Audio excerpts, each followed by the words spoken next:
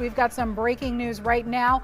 A judge is denying bond for the man accused of stabbing someone on Charlotte's light rail Friday night. Oscar Solorzano faces multiple charges, including attempted murder and assault with a deadly weapon. This is the second stabbing on the Blue Line in just 4 months. WBTV's Katie Solt was in court this morning as Solorzano faced a judge. Yeah, Katie, break down how this happened.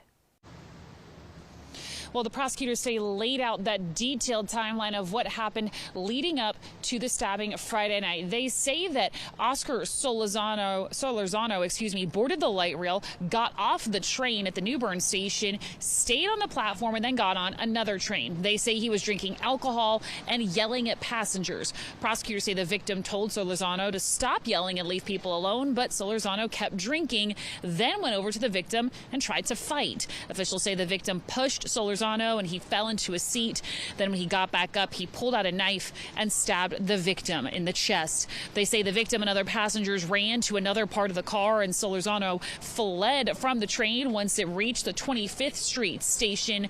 Prosecutors say when police found him, he admitted to drinking, being on the light rail, and stabbing the victim. Officials say Solorzano was read his Miranda rights in English and in Spanish and admitted to the stabbing.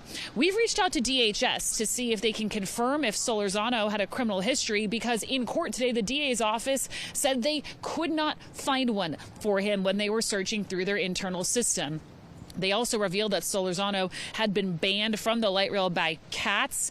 Court documents filed say Solorzano has illegally re-entered the U.S. and a new ICE detainer has been filed. I did talk with DHS earlier. They asked me for some more follow-up information and details to try to get me anything they have in their records, because as we all remember, Customs and Border Protection was here not that long ago. So we've asked if Solorzano was on the list for CBP to pick up while they were in town.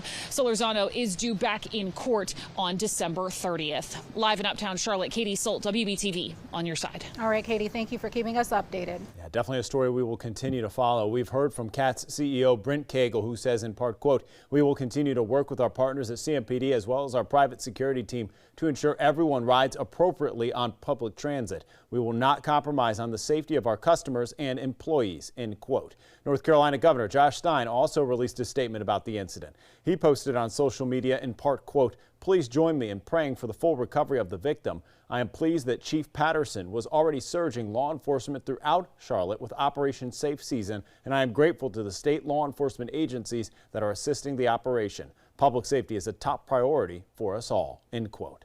President Donald Trump also reacting. In a social media post, he blamed Democrats in Charlotte, speaking specifically about the city. He said they're, quote, "destroying it like everything else, piece by piece."